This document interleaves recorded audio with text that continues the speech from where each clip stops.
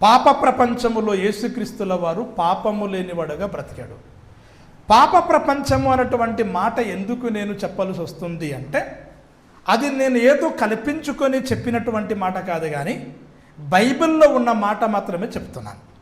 బైబిల్లో ఎక్కడ ఉంది అని ఆలోచించగలిగినప్పుడు యాకోబు పత్రిక 3వ అధ్యాయము 6వ వచనం చదవండి ప్రియులారా. ఈ యాకోబు పత్రిక 3వ అధ్యాయము 6వ వచనం. నాలుక అగ్నియే, నాలుక మన అవయములలో ఉంచబడిన చాలమ్మ పాప ప్రపంచమై అన్నటువంటి మాట కనబడుతుంది. ఏ ప్రపంచం చెప్పండి అమ్మ? పాప ప్రపంచం. అంటే ఇప్పుడు మనం బ్రతుకుతున్నటువంటి ప్రపంచము ఎటువంటి ప్రపంచము అంటే పాపముతో నిండిపోయినటువంటి ప్రపంచం. మీరు ఏ దేశంలో వెళ్ళండి, ఏ ప్రాంతంలో వెళ్ళండి, ఏ రాష్ట్రంలో వెళ్ళండి, ఏ జిల్లాలో వెళ్ళండి, పాపముతోనే నిండిపోయింది. మీరు ఎక్కడ చూడండి, నేరాలు ఘోరాలే, పాపముతో నిండిపోయినటువంటి ప్రపంచం. అందుకే బైబిల్ చెప్తుంది పాప ప్రపంచము అని బైబిల్ చెప్తుంది. అటువంటి పాప ప్రపంచములో యేసుక్రీస్తుల వారు ఎలా బ్రతికాడు, మనము ఎలా బ్రతకాలి అన్నటువంటిది ఈరోజు మనము 2వ భాగములో నేర్చుకుంటున్నాం. మొట్టమొదటిగా మనము ఆలోచించగలిగినప్పుడు ఇర్మియా గ్రంథము 10 అధ్యాయం 12 వచనములో ఏమని వ్రాయబడిందంటే, తన జ్ఞానము చేత ప్రపంచమును స్థాపించెను అన్నటువంటి మాట కనబడుతుంది. సృష్టికర్త అయినటువంటి దేవుడు, కన్నతండ్రి అయినటువంటి దేవాది దేవుడు తన జ్ఞానము చేత ప్రపంచమును స్థాపించెను. అంటే దేవుడు ఈ ప్రపంచాన్ని ఎలా స్థాపించాడు అంటే ప్రియులారా, తన జ్ఞానము చేత ప్రపంచమును దేవుడు స్థాపించినట్లుగా మనం చూస్తూ ఉన్నాం. రెండవదిగా ప్రియులారా, ఎబ్రీ పత్రిక 1-2 వచనములో ఏమని వ్రాయబడి ఉంటుందంటే ప్రియులారా, ఆయన ద్వారా ప్రపంచములను నిర్మించెను. ఎవరు ఆయన? తన ప్రియ కుమారుడైనటువంటి యేసుక్రీస్తు ద్వారా ప్రపంచములు నిర్మించబడ్డాయి. అంటే యేసుక్రీస్తు ద్వారా ప్రపంచములు నిర్మించబడ్డాయి అనేసి ఉంటుంది. మూడవదిగా ప్రియులారా, ఎబ్రీ పత్రిక 11వ అధ్యాయము 3వ వచనములో ప్రపంచములు దేవుని వాక్యము వలన నిర్మాణమైనవి అన్నమాట ఉంటుంది. ప్రపంచములు దేవుని వాక్యము వలన నిర్మాణమైనవి. జ్ఞానము చేత ప్రపంచము స్థాపించబడింది అనేసి ఇర్మియా గ్రంథములో ఉంటుంది. ఎబ్రీ పత్రిక 1-2లో తన కుమారుడైనటువంటి యేసుక్రీస్తు ద్వారా ప్రపంచములను నిర్మించబడింది అనేసి ఉంటుంది. ఎబ్రీ పత్రిక 11:3 వచనములో దేవుని వాక్యము వలన ప్రపంచము నిర్మాణము జరిగింది అనేసి ఉంటుంది. మరి ఇటువంటి ప్రపంచము ఇప్పుడు ఎటువంటి ప్రపంచముగా మారిపోయిందమ్మా చెప్పండి? పాపపు ప్రపంచముగా మారిపోయింది. మరి అటువంటి పాపపు ప్రపంచములో బ్రతికినటువంటి యేసుక్రీస్తుల వారు ఎలా బ్రతికాడు, ఎలా జీవించాడు, ఎలా మనకు మాదిరి చూపించాడు అన్నటువంటిది ఈరోజు మనము బైబిల్ గ్రంథము నుండి కొన్ని మాటల్ని మనము ధ్యానిద్దాం. యోహాను సువార్త 8వ అధ్యాయము 45వ వచనం చదవండి ప్రియులారా. నేను సత్యమునే చెప్పుచున్నాను, నేను సత్యమునే చెప్పుచున్నాను గనుక మీరు నన్ను నమ్మరు. నాయందు పాపమున్నదని మీలో ఎవడు స్థాపించును. ఒక అద్భుతమైనటువంటి మాట యేసుక్రీస్తుల వారు చెప్పారండి. నేను సత్యము చెప్పుచున్నాను కానీ మీరు నమ్మరు. నిజమండి, ఈరోజు అబద్ధాన్ని నమ్ముతారు కానీ సత్యము చెప్తే ఎవ్వరు కూడా నమ్మరండి. సత్యము కంటే అబద్ధమే సమాజంలో త్వరగా ప్రాకుతుంది. యేసుక్రీస్తు అంటున్నాడు, నేను సత్యము చెప్పుచున్నాను, మీరు నమ్మరు. నాయందు పాపముందని మీలో ఎవడైనా స్థాపించగలడని యేసుక్రీస్తుల వారు సవాలు చేసినట్లుగా మనం చూస్తున్నాం. యేసుక్రీస్తుల వారు సవాలు చేశాడు. నాలో ఏ తప్పు ఉంది మీరు ప్రూఫ్ చేయగలరా? నాలో ఏ లోపం ఉంది మీరు రుజువు చేయగలరా? యేసుక్రీస్తుల వారు సవాలు చేశాడండి. అంత గొప్ప పరిశుద్ధుడుగా, నీతిమంతుడుగా యేసుక్రీస్తుల వారు ఈ భూమి మీద బ్రతికాడు. ఇలాంటి వ్యక్తి ఈ భూ ప్రపంచములో ఎవడైనా ఉన్నాడా చెప్పండి? ఒకడి గురించి చెప్పాలనుకుంటే 100 రకాలుగా చెప్పవచ్చు. ఒకడి గురించి మాట్లాడుకోవాలనుకుంటే 100 రకాలుగా మాట్లాడుకోవచ్చు. ఇందులో ఎవరు కూడాను తప్పించుకోలేరు. చివరికి దైవ సేవకుడుగా నేను కూడాను యేసుక్రీస్తులాగా సవాలు చేసి చెప్పలేను. ఎందుకంటే ఏదో కోణములో ఏదో మిస్టేక్, ఏదో లోపాలు ఖచ్చితంగా ఉండి ఉంటాయండి. కానీ యేసుక్రీస్తుల వారు ఎలా బ్రతికాడు అంటే, నాయందు పాపముంది అని మీలో ఎవడైనా స్థాపించగలడా? ఎవడైనా రుజువు చేయగలడా? ఎవడైనా ప్రూఫ్ చేయగలడని పాపము లేని వ్యక్తిగా యేసుక్రీస్తు వారు బ్రతికినట్లుగా మనం చూస్తాము. ఇలాంటి వ్యక్తి ప్రపంచంలో ఎవరు లేరు. వానుండి యేసుక్రీస్తు వారు మాత్రమే మనకు కనబడతారు. ఇకపోతే ప్రియులారా, ఎబ్రీ పత్రిక 4:15, ఎబ్రీ పత్రిక 4:15, ఎబ్రీ పత్రిక 4 అధ్యాయము 15 వచనం. మన ప్రధాన యాజకుడు మన బలహీనతల యందు మనతో సహానుభావం లేనివాడు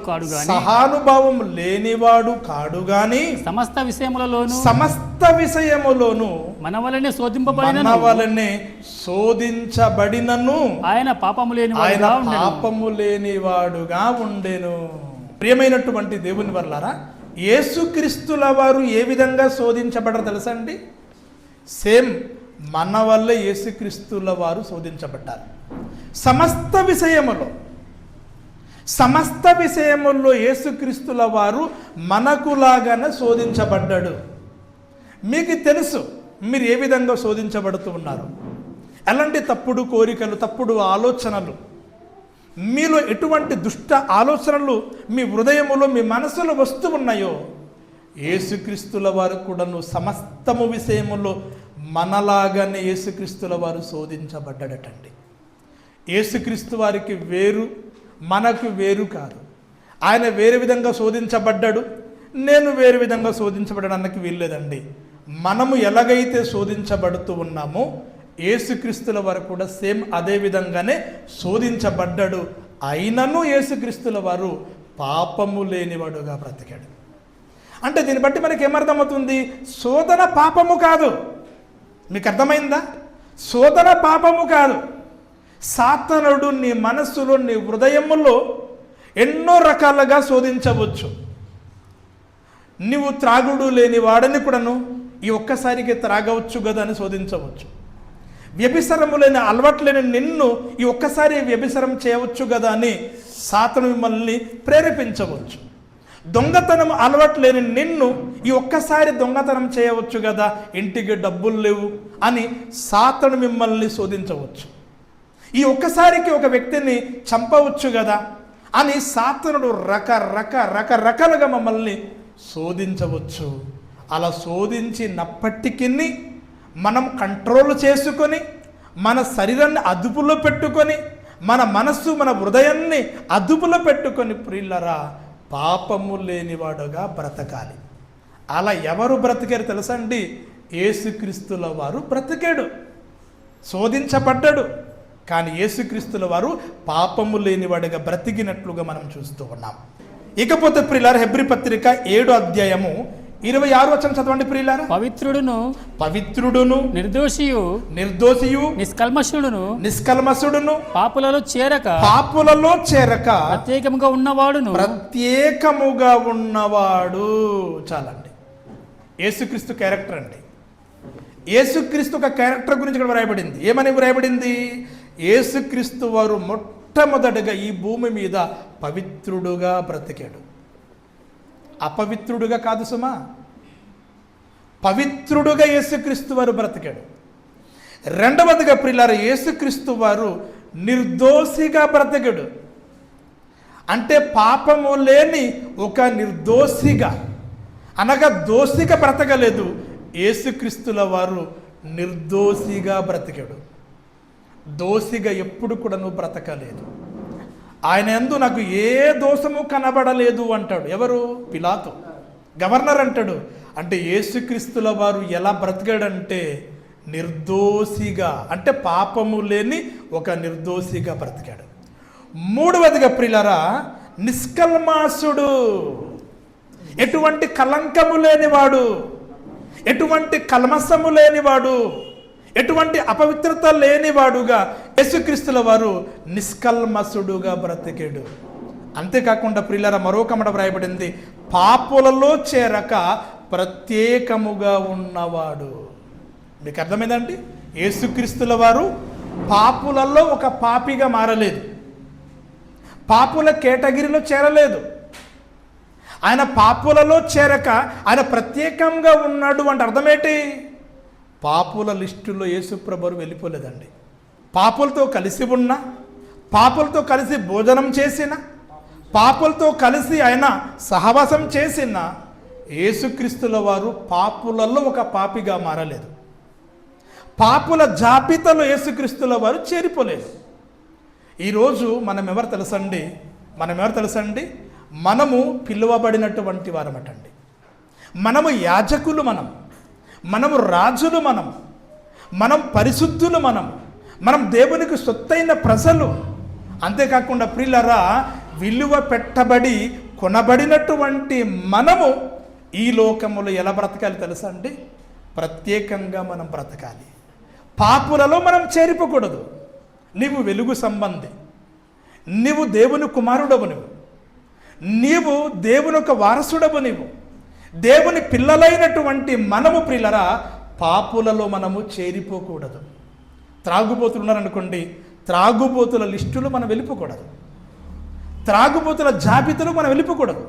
వ్యభిచారులు ఉన్నారనుకోండి, వ్యభిచారుల జాబితాలోకి మనం వెళ్ళిపోకూడదు. మనం పరిశుద్ధులు.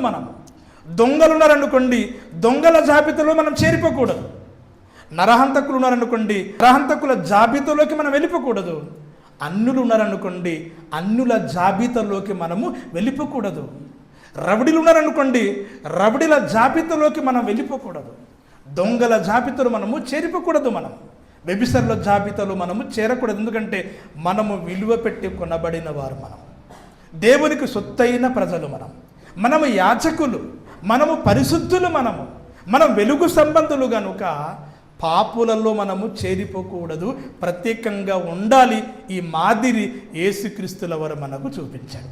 పాపుల జాబితాలోకి యేసుక్రీస్తు వారు వెళ్లకుండా పవిత్రంగా యేసుక్రీస్తు వారు బ్రతికాడు. ఇది యేసుక్రీస్తు వారికే దక్కుతుంది. ఇంకా ప్రపంచంలో ఎవ్వరు కూడాను యేసుక్రీస్తులాగా బ్రతకలేరు. మనం బ్రతకాలని మాదిరి చూపించాడు. మనం బ్రతకడానికి మనం ప్రయత్నం చేయాలి, బ్రతకాలి కూడాను మనం. ఇకపోతే ప్రియులారా మరొక మాట, రోమపత్రిక 2వ అధ్యాయము 24వ వచనం. ఈ విధంగా బ్రతకకపోతే, యేసుక్రీస్తు వారిని రోల్ మోడల్గా ఒక మాదిరిగా తీసుకొనకుండా మనం బ్రతకకపోతే సమాజములో దేవుని నామము ఎలా అపకీర్తి మన ద్వారా కలుగుతుందో రోమపత్రిక 2వ అధ్యాయము 24వ వచనం చదవండి ప్రియులారా. వ్రాయబడిన ప్రకారము మిమ్మును బట్టియే గదా దేవుని నామము అన్యజనుల మధ్య దూషింపబడుచున్నది. అంటే ఇప్పుడు మనము ఎవరి మధ్య ఉన్నాం చెప్పండి? అన్యజనుల మధ్య ఉన్నాము. పేరుకు అన్యజనులు కానీ వారు చాలా పర్ఫెక్ట్గా బ్రతుకుతారండి. నిజమండి, చాలా నిష్ట కలిగి చాలా జాగ్రత్తగా బ్రతుకుతారండి అన్యజనులు అండి. ఎటువంటి చెడు వ్యసనాలకి లోనవ్వకుండా, ఎటువంటి పాపానికి లోనవ్వకుండా, ఎటువంటి దొంగతనాలు కానీ హత్యలు కానీ ఎటువంటి అత్యాచారము కానీ చేయకుండా చాలా పవిత్రంగా చాలా జాగ్రత్తగా బ్రతుకుతారండి అన్యజనులు అండి. అందుకంటాడు పౌలు గారు, మనము ధర్మశాస్త్రం కలిగి ఉండి మనము ధర్మశాస్త్రం లేనివారుగా ఉన్నాము. అయితే అన్యజనులకి ధర్మశాస్త్రం లేకపోయినను ధర్మశాస్త్రము కలిగి ఉన్న వారిలాగా వాళ్ళు బ్రతుకుతున్నారు అంటాడు. అంటే ఈ సందర్భంలో పౌలు గారు అన్యజనులకు మెచ్చుకుంటాడండి. నిజమని చాలామంది అన్యజనులు ఉన్నారండి, వాళ్ళు సినిమాలు చూడరండి, తెలుసా అండి? చాలామంది అండి సినిమాలు చూడరు, త్రాగారు, స్మోకింగ్ చేయరు, దొంగతనాలు చేయరు, నరహత్య చేయరు, వ్యభిచారము చేయరు. చాలామంది అన్యజనులు ఇలాంటి వాళ్ళు ఉన్నారండి. అలాంటి వారి మధ్య ఈరోజు తెల్ల బట్టలు వేసుకొని, తెల్ల ముసుగు వేసుకొని, చేతికి బైబిల్ పట్టుకొని, మెడకి సిలువ వేసుకొని, ఈరోజు మనము క్రైస్తవులుగా దేవుని పిల్లలుగా పిలువబడుతూ ఉన్నప్పుడు అన్యజనుల మధ్య మనం ఎలాగుండాలో తెలుసా అండి? చాలా పరిశుద్ధులుగా మనం బ్రతకాలి. చాలా పరిశుద్ధులుగా బ్రతకాలి. చాలా పరిశుద్ధులుగా బ్రతకాలి. పిల్లరా, ఇక్కడ దేవుని ఆవేదన కనబడుతుంది. మిమ్మును బట్టే కదా అన్యజనుల మధ్య నా నామము దూషింపబడుచున్నది. సొదొమ గొమొర పట్టణం ఉందండి. సొదొమ గొమొర పట్టణములో లోతు ఎవరి మధ్య ఉన్నాడు చెప్పండి? పాపుల మధ్య, అన్నజనుల మధ్య ఉన్నాడు. అన్నజనుల మధ్య బ్రతుకుతున్నటువంటి లోతు గారు ఎలా బ్రతికాడు?